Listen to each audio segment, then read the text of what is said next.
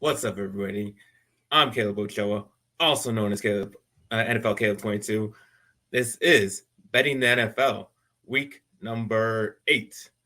Um, always with my co-host, Derek Weatherly, also known as DWeezy. What's going on, man? What's going on? I hear you say week 8, and it's like, are we really almost halfway through the schedule? Yeah, Like, we are. man, we're 2 months in, and it doesn't even feel like it.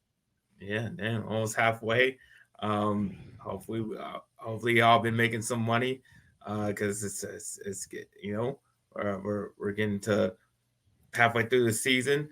Only so many more chances to get your bets in. But we'll be here. We'll be trying to make you guys money, and we will start by recapping what happened in week 7, and we'll start with the what happened with the favorites.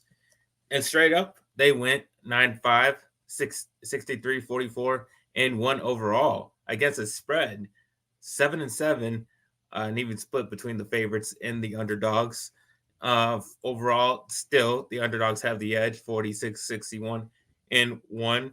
The home teams straight up went 9-5 overall. They went 56, they're 56, 46, and 1 against the spread in week 7. There was a little bit edge to the home teams, 7-6. And overall, the away teams still have it 52, 56, and 1. And the over and unders, finally, the overs split, gets split with the unders 7-7, 42, 65, and 1. A little bit of a change up. We saw maybe the lines are adjusting on the over and unders. Maybe not. Maybe we're not really seeing that many points. I think it's more of the odds makers adjusting their lines and putting them lower, so maybe the over hits a little bit more. I think that's more what we're seeing. But what do you think about that? Yeah, I definitely think it's about that time of year where you really start to see the books adjust. I think a lot of sports books, they don't want to make that adjustment too early, just given we're not quite sure how the first 3, 4 weeks of the season might unfold. And then you have, that next 3 to 4 week range to try and refine your numbers. And now I think we're starting to see that adjustment maybe take hold a little bit more. The books start to get a firmer grasp on what some of these offenses and defenses are doing across the NFL. Yeah, that's definitely what I feel as well. Um, Next, we will get to the biggest upset of the week, and I'm sure you're. I don't know if you're going to be happy about this, but I think you're going to be happy about this. The I know, biggest upset. yeah, it's like a blade that cuts both ways. I don't. Don't I don't root. know how you feel about it, but the Tampa Bay Buccaneers at the Carolina Panthers. Panthers were getting 13 points, and on the money line they were plus 315. The final score was 21-3. The Panthers get the big upset. Um, yeah, I mean, like I said, I don't know if you're happy or not happy. I don't know how you feel about what's going on with the Panthers. Well, traditionally, I don't necessarily subscribe to tanking theory, and I'm not going to be too upset if we're talking about a number 5 pick versus a number 1 pick when it's all said and done, because, as we just said, we're only halfway through the season. Nobody Yeah. knows what's really going to happen in the second half. So, given the moment, given Steve Wilkes having his first game at home as the Panthers' interim head coach, taking on a divisional foe and Tom Brady. Um, a play I was on in this game was Brian Burns to record over half a sack. He was able to get that early on, and even he made reference um, after the game. He got to sack the goat. That was something that was on his checklist. So this game definitely mattered to the Panthers going out there, and I think it showed on the field. They were able to keep the Buccaneers out of the offense all day. They only managed to put up 3 points. As you said, you kind of get a mix of emotions on a victory like this, but I ain't gonna lie, it was nice to see my team go out there and stomp Tom Brady. Hell yeah. Yeah, I mean, I don't think anybody would assume a team that just traded their best player, fired their coach, traded a receiver, and is starting their third string quarterback would win Fourth in this string. kind of Fourth fashion. string. A four string, Yes, four Matt string. Corral was supposed to be the third string coming quarterback coming into the season. You're right, four string against Tom Brady in the Bucks, and especially not to hold them to 3 points. Like that is like the most surprising part about this win. Yeah, and it comes after the Bucks get the embarrassing loss against the Steelers, and I don't know if it's whether Brady is getting old or is his personal life or his head coach not very good or what is going on or maybe just all the above. But they find themselves under 500 going into week 8, and the Panthers, like I said, had a great day on the ground with both Foreman and Hubbard. Foreman got 118, Hubbard got 63 yards and touchdown. And doing that without Christian McCaffrey there, that's pretty crazy to see. And PJ Walker had a nice game, threw for 2 touchdowns. Like you were saying, Panthers shut down the Bucks, and they did it by straightening out the running game and frustrating Brady all throughout the game, and they just weren't able to get anything going. And Bucks still find themselves top of the division though. But the Panthers just what a game back. Oh yeah, that and that's something that could change. We have Tampa playing this Thursday and a divisional NFC South game going on this weekend between the Panthers and Falcons. Chips fall the right way. The Panthers might find themselves in first place. All right. Next, we will get to the largest cover against the spread. And that came in the Atlanta Falcons at the Cincinnati Bengals. Cincinnati Bengals are minus 6.5, and the final score was 35-17. And right from the start of the game, the Bengals had it going on offense. Joe Burrow connects with Tyler Boyd for like a 6-yard touchdown pass just 2 minutes into the game. Then the onslaught kind of just continued from there. Bengals were up like 21-7 in the first half. The Falcons started to make a little bit of comeback just before halftime. They scored 10 straight points with less than like a minute left in the half. And then in the second half, the Bengals defense was just able to completely shut down the Falcons offense. Burrow had a hell of a game, throwing 34 out of 42, 481 yards, and 3 touchdowns. Um, they also had 2 receivers go over 100 yards, 3 touchdowns combined. Um, and the Bengals seem to, start getting hot right now. They've won 4 out of the last 5 games, and the Falcons finally lost their first game against the spread in this season, and it just so happens to be the week that I bet on them. So that really sucked. Yeah, you're almost obligated to bet on them again against the spread. Um, it's something we'll hear out of people a lot in this industry when it comes to sports betting. You hear about a trend, you don't touch it for a week or two, the trend keeps going, then the day you bet on it, the trend doesn't come through.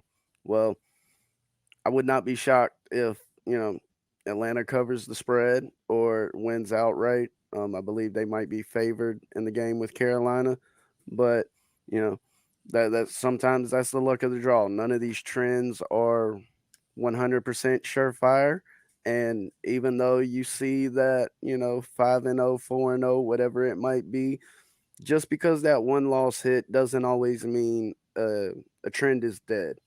Usually you'll hear some people say you got to bet a trend 2 or 3 times, even if you lose, because just the likelihood of the trend staying alive or continuing on versus just ending outright. Yeah, I definitely agree with that. Like I said, I think everybody knows by now I am a guy who loves to bet in the trends. That's why I went with the Falcons. But like you said, that doesn't deter me from betting on them again. Um, but we'll see. We'll see going forward what happens with them. But next we got the bad beat of the week, and that comes in the New York Giants at the Jacksonville Jaguars. Final score was 23-17, Giants winning. And if you took the Jaguars on the money line, You were just 1 yard away from cashing in on that bet, and that's just a tough pill to swallow. Any one of you who betted on the money line, man, that just sucks. I mean, you want to just you probably sick to your stomach. Um, but the Jags were up 17-13 going to the fourth quarter with the ball on the Giants 20-yard line. They get stopped on fourth down. They turn it out around downs. They come with no points on that long drive. But even with a minute left in the game, the Jags drove down the field with a chance to win it. And they completed a pass from the 17-yard line, but just got 16 of those yards needed for the touchdown and the win. But they failed to get the win, and that's why I said I betted on the Giants, and I was done taking the Jaguars. I did not want. I was kept betting on the Jaguars, and I kept leading me down a dark road. But so I switched it up, bet against them, won the Giants. And for Jaguars, it was a bad beat week. For me, it was a good bet. But how did you feel about this game? Yeah, looking at things, if you were able to get the Giants pregame at I believe it closed around +3. I mean, it definitely would feel like a confident play coming into this game.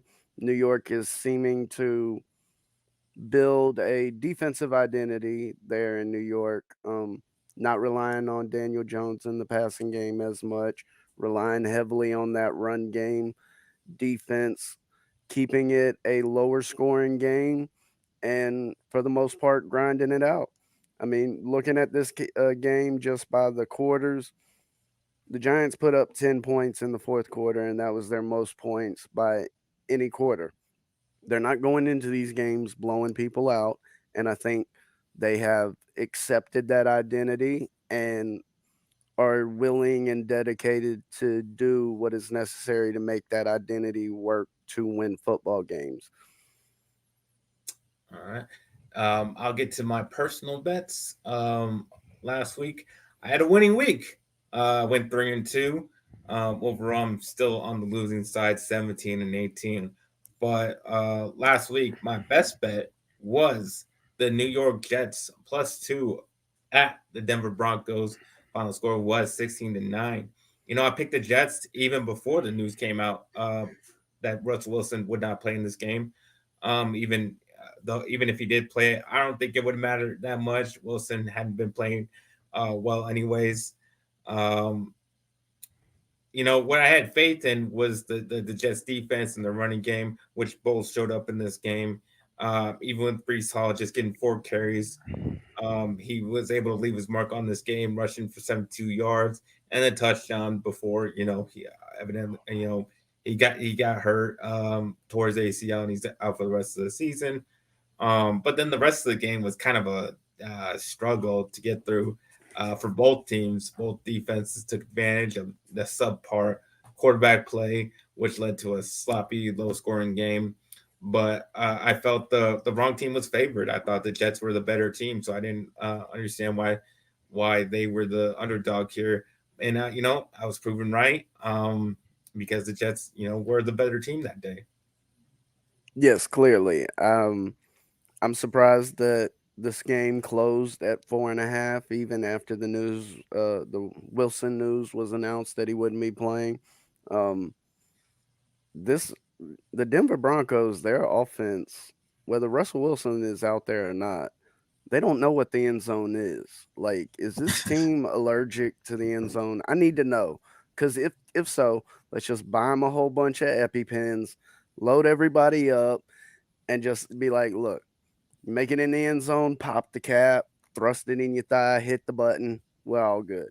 Because at the rate this offense is going, whether anybody's out there, I mean, I would hate to put all this on coaching, but at a certain point, we saw this Denver Broncos offense operate better last year with a lot of the same pieces still around. And in that instance, with that argument, you're talking about a lesser quarterback in Denver. I mean, Drew Lock isn't even playing in Seattle, and he was taking snaps in Denver last year. Yeah, different. I think that's shows the difference in coaching. Obviously, Daniel Hackett just doesn't seem to be working there, and I think it's been showing. And that's what's been messing him up this season. But next, I'll get to my worst bet, which was the Chicago Bears at the New England Patriots. Patriots were minus 7.5 favorites. Um, Final score was 33-17 in the Bears' favor. I was really confident in this. The Patriots were at home. Um, they were playing well. They were like 2 game win streak. Belichick's good against young quarterbacks. So I thought the complete opposite was going to happen in this game. Uh, Patriots started Mac Jones, and after a rough start, he threw an interception. They put Bailey Zappi back in. He was able to put up a couple of scores there, and got them within 3. But definitely in the second half, it was a different story. Zappi was completely ineffective.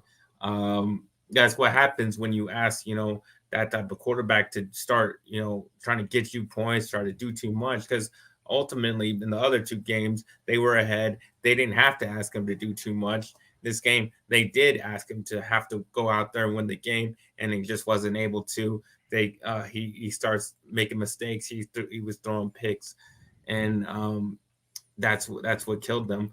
But the Pats defense, that was probably the most surprising part. They gave up 243 yards on the ground, 82 of them from Justin Fields, just kind of avoiding pressure and then getting big chunks of yardage when he was taken off. And he just did enough through the air, and that's what got them the win. So overall, I just didn't see it coming. And it's another example of why I like to avoid the big point spreads, for this type of reason. Yes, most definitely. Me personally, I do prefer to avoid those double digit spreads. Hurt me last week with my Panthers, even though there was no chance of that spread being covered. Um, it was sort of a similar story with what we saw out of New England. Yeah, honestly, I mean, I find it completely shocking because not only the way the game played out, but if you believe the reports and the things that are out there, Belichick told both quarterbacks going into this game that both quarterbacks would be playing. And that, I mean, me personally, that just doesn't make sense. If you wanted to go with Mac Jones, if this was a matter of we're going to start Mac Jones, Mac goes out there and plays horrible, we pulled him and put out Zappy, that's one thing. That's how the game works. But to literally say, oh, we're going to play both quarterbacks, we told both quarterbacks that we're going to play both quarterbacks, it seemed counterproductive because if you were going to play both guys after seeing what you were getting out of Zappy, why not at least attempt to go back to Mac Jones? It falls in line with a lot of the offensive dysfunction that we've seen take place in New England. Yeah, they gotta. I don't know what they're doing over there. I don't know what Belichick's doing with his quarterbacks. But they gotta figure that out. But how did you do last week? This past week, I was able to go 2-2 on the spreads. Y'all heard me mention I was on the Brian Burns sack prop, which came in at I believe plus 205, plus 210. Definitely a nice hit on a prop. I was also riding a same game parlay where the Browns would cover the 6.5 spread and score over 19.5 points in that game. Both hit. That was another plus 190. So I'd have to go back and look, but even though I didn't finish over 500 at minimum, I did finish around that 500 mark, if not slightly to the positive. All right. Before we get to our picks for the week, um, we like to help you guys out by giving you our knowledge and our opinions on betting and trying to win you some money. So if you can help us out by subscribing to not only this channel, but our new channel that we are switching over to, that this show will eventually be on, and that is Let's Get Ready Network, the highlights. Um, So if you can go over there and subscribe to that channel, subscribe to this channel if you haven't already. But we will be on that channel at some point in the future. I'll let you know that. Um, and also, if you really want to support us, you can join our Patreon. The link is in the description down below. So yeah, do that if you would like to. But now we will get into our bets for week 8. And I'll start off with the Miami Dolphins -3 at the Detroit Lions. Tua had a nice start to the game last week against the Steelers, coming off his absence due to his concussion problems. In the second half, it was a bit of a struggle for him, but I think he'll build off of the win last week. I think he'll be better in his second game back. The Lions have been terrible on defense. We all know that. But in the last 2 games, their offense has been the one that's been also bad. They've only scored 6 points in the last 2 games against the Cowboys and the Patriots. Um, and Goff got sacked 5 times through 2 picks last week. And I think the Dolphins have good enough defense to give the struggling Lions offense some trouble. Um, and I just think there's just too many weapons on the Dolphins for a really bad Lions defense to handle. I just don't think they'll be able to handle them. So I'll lay the points here on the road with the Dolphins because I just think the Lions are on a downtrend. So I like the Dolphins here. Yeah, I would be slightly disappointed to see the Lions, kneecap diet not sustain them through the full season. But, you know, that definitely seems to be the way things are headed there. That offense isn't producing in the same manner that we saw at the beginning of the season. And that defense seems to be still playing in the same manner that we saw at the beginning of the season. So I definitely got no problem, going the other way against the Lions. Up first for me, a game I'll be looking at is Thursday night football between the Ravens and Tampa. Coming into this game, we've seen the line flip flop back and forth as far as who's favored. Up until early Wednesday, this line was -2 to the Ravens. Currently, late Wednesday night into Thursday, we're seeing -1 for the Buccaneers. I think the Ravens can win this game outright. Their rushing attack, in my opinion, is going to be crucial in this game. We've seen Tampa Bay give up in multiple games over 100 yards rushing to multiple teams. The Panthers, who without Christian McCaffrey had their best rushing day as a team on the season against the Tampa Bay Buccaneers. So in this game, I think the Baltimore Ravens lean more on their run game, and ultimately they'll win outright. This show comes on Thursday, so if you're watching this on the day it comes out, then you have to get those bets in real quick. Um, but Yeah, before the get to game that starts, window, folks. I'm telling you. all right, I'll get to my next pick, and that is the Arizona Cardinals at the Minnesota Vikings. Vikings are -3, and I'm gonna take it. The Vikings seem to be rolling through the first 7 weeks of the season, with their only loss coming against the undefeated Eagles. They have a good defense.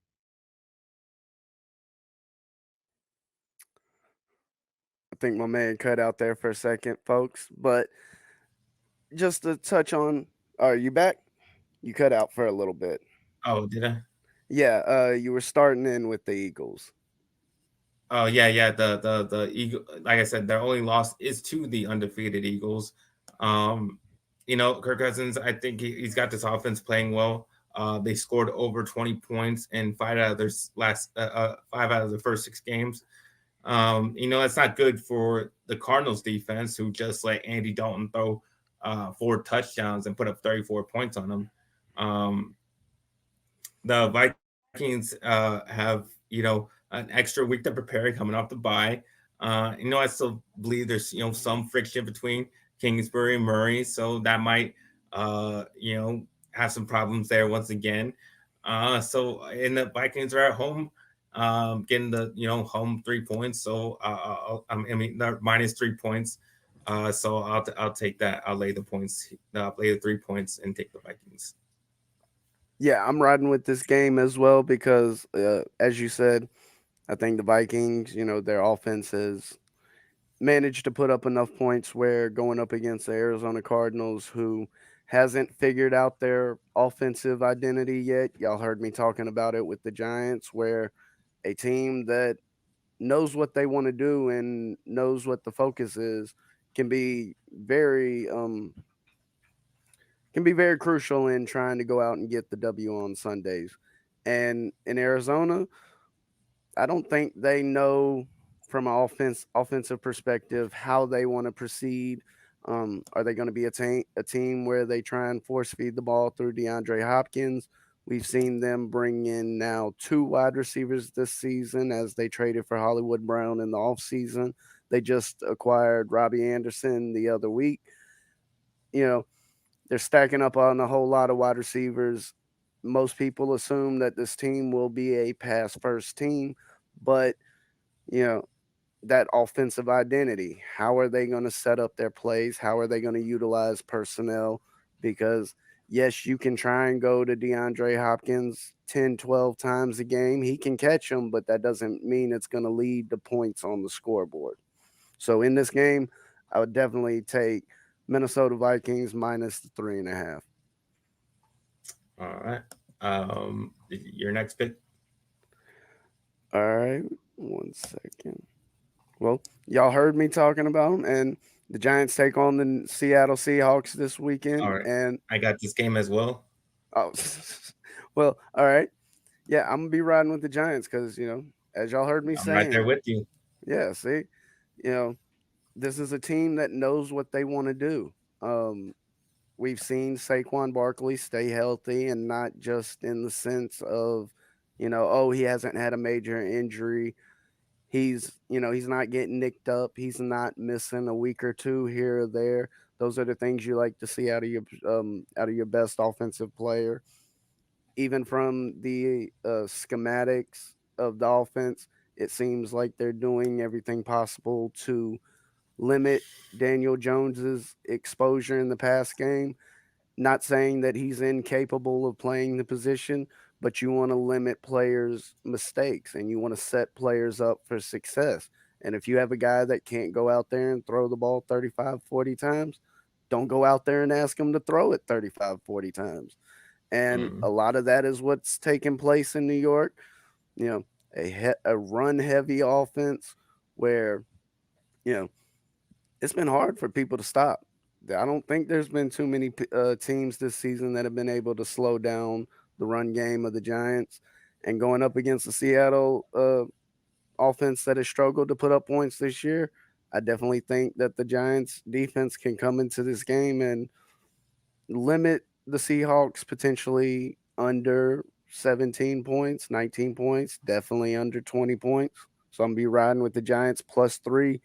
Again, another game where it seems like they may have the wrong team favored. Yeah, I definitely feel the same way. They've been undervaluing the Giants, even though despite their record, the Giants been, like I said, I think they've been lucky, but yeah, hell, the luck is going to continue to roll. I'm gonna keep rolling the dice with them.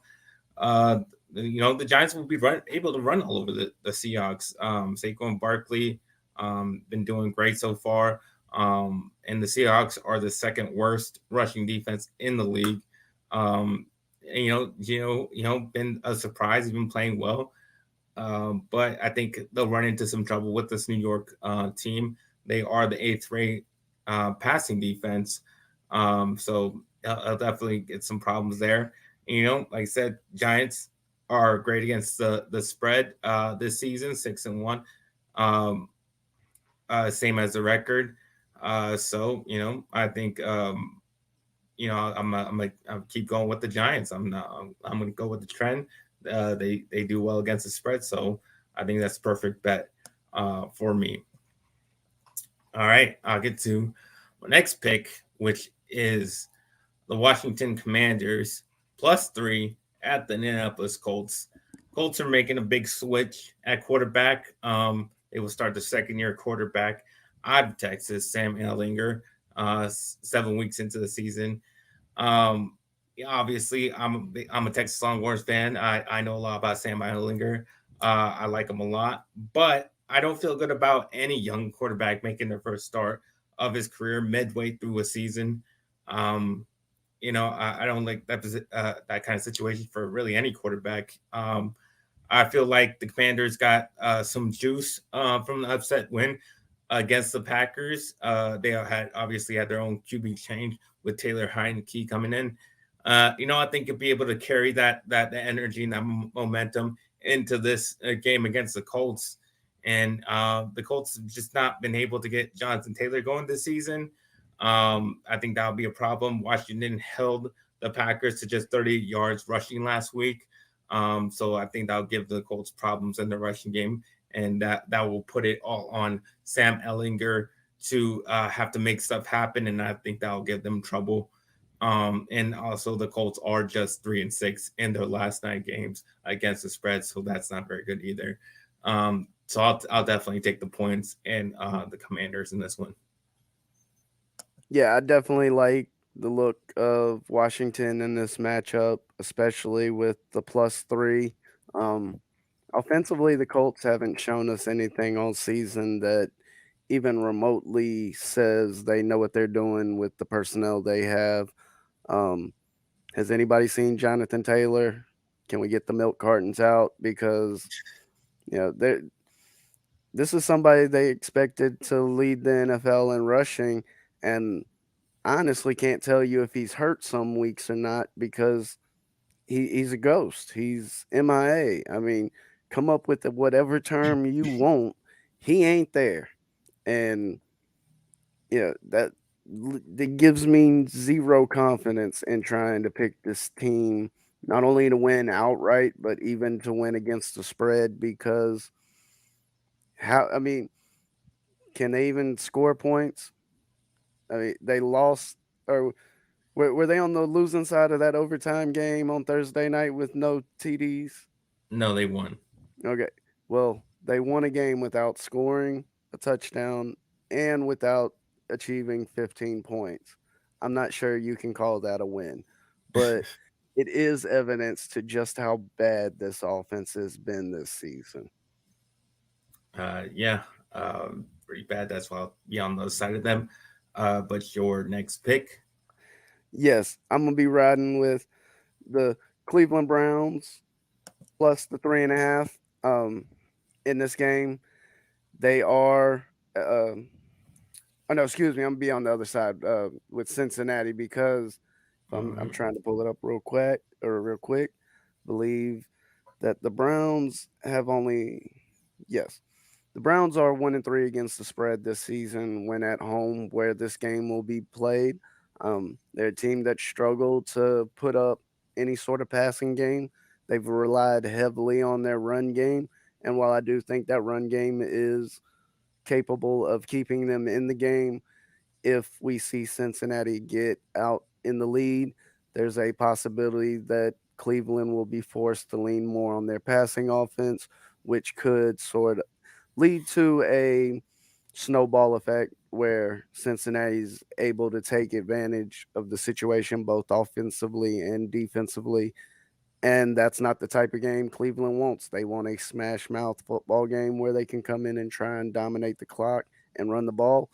And I'm gonna be looking to Cincinnati to cover the spread of the -3.5 on the road. Yeah, I guess was mentioning earlier. I do think the Bengals have gotten their offense together. They're looking hot right now, so it definitely is a good time to bet the Bengals. Um, all right, for my final pick, I have the San Francisco 49ers -1 at the Los Angeles Rams. Kyle Shanahan just owns Sean McVay, at least in the regular season.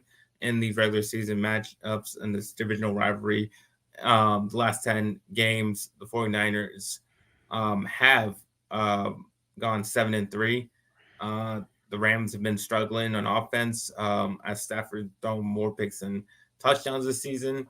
Also, they virtually have no run game to speak of. Um, the Rams scored just 10 points or less in half their games this season. So that's not good. It's not good, especially when you're going up against a 49ers defense that's number two in scoring, passing, and rushing defense. Um, and I think they're towards the top in sacks as well. The 49ers have had some struggles as well, but in the last couple of games, but I think a lot of that has to do with the injuries that they have. I think they might be getting a little healthy here. So I think it'll be they'll be definitely playing better. In the 49ers, 13-6 against the spread in the last 19 games. Rams just 2-6 in the last 8. So I'm on the run. I'm on the Niners minus just 1 point. Yeah, I don't know why the spread is as skinny as it is. I think the books are to a certain scared of Cooper Cup. That's the best way to put it. They're afraid that he might go off for 15 catches, 150 yards, 2, 3 TDs, which is a possibility. I don't care what defense it is out there. Cooper Cup has a chance to go off for a stat line like that. Doesn't mean they win the game outright, but when you're approaching it from a spread, definitely makes things more interesting because, in my opinion, there's no reason why this should be less than a 3 or 4 point spread with the 49ers as the favorite. We saw last week where in just a few days they were able to mix in CMC enough in the offense where he was able to be productive. The you know the weapons they have on that offense, it could truly get scary, especially with them having time to integrate Christian McCaffrey into the offense more. We could see potentially backfields where you see Dabo Samuel and CMC in the backfield at the same time, and that's just scary. You know, these they're probably not two players that are almost a splitting image of each other. Christian McCaffrey, he was a running back that was basic. All you heard was about his ability to run um, pass routes, be used in the passing game, but was still a bona fide 100% running back. On the other side with Samuels, he is a wide receiver all day, every day, and somehow this man is still a running back. And the fact that the 49ers have both these players, it could get highly interesting the way their offense might begin to work as the season moves on. All right. Yeah. Do you have any more bets? Um, I was looking at one thing.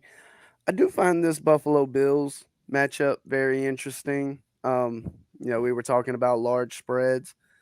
This is a team that can put up potentially enough points to cover any spread this season. And it's the And first time Aaron Rodgers has been a double-digit underdog in his career.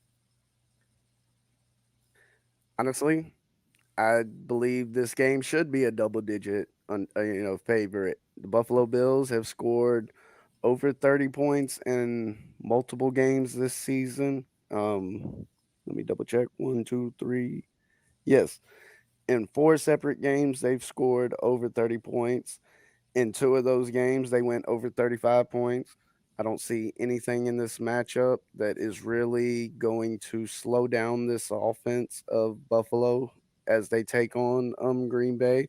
I definitely don't see Green Bay being able to put up the points to stay within that 11-point spread. And, you know, I'm not sure if I'll play this one yet, but this is one that I definitely find attractive. Looking at the Buffalo Bills team points total, it's currently sitting at 28 and a half, and that may be a very live play to go after. As y'all just heard me say, they've covered that number in all but two games this season, or no, three, excuse me. So yeah, I definitely think the Buffalo Bills will be an interesting team to watch this as they take on the Green Bay Packers. Yeah, like we were mentioning before, big point spreads scare me, especially against Aaron Rodgers. I mean, yeah, he's been playing bad, but he's still capable of having those really good game. So you never know all that. No, know if he will get back to that. More than likely he won't. But I'm not willing to take that risk and make that bet. But for now, that is all of our bets for the week. If you have any questions, please leave them down in the comment section below, and we will answer them on the next edition of Bet in NFL. But that is our show. You can tell everybody where they can find you, DWeezy. Yes, y'all can get at me at Backyard Action Media here on YouTube, where I deliver a lot of sports betting content and get into other sports. Like I know baseball's wrapping their season up with the World Series going on. We have the NBA going on. You can even catch me with some NHL action and soccer action throughout the year. So definitely come and check out some of the plays and information that I'm delivering over at BAM. All right. You can find me at NFL Kid 22 on Instagram and Twitter. You can find me on this channel uh, for at least for now, doing Good Friends, Better Rivals with Ferris McDonough and doing this show as well. But we are moving both those shows to our new channel. That is Let's Get Ready Network, the highlights. So please go, like I said, please go subscribe to that channel because our shows will be switching over there eventually. I will let you know when that happens. Um, and then but you can also find my articles on our website that go along with this show, and that is let's get ready network.com. So go over there and check all that out. But yeah, we're gonna keep trying to make you guys money. So like I always say, let's get ready to make some money.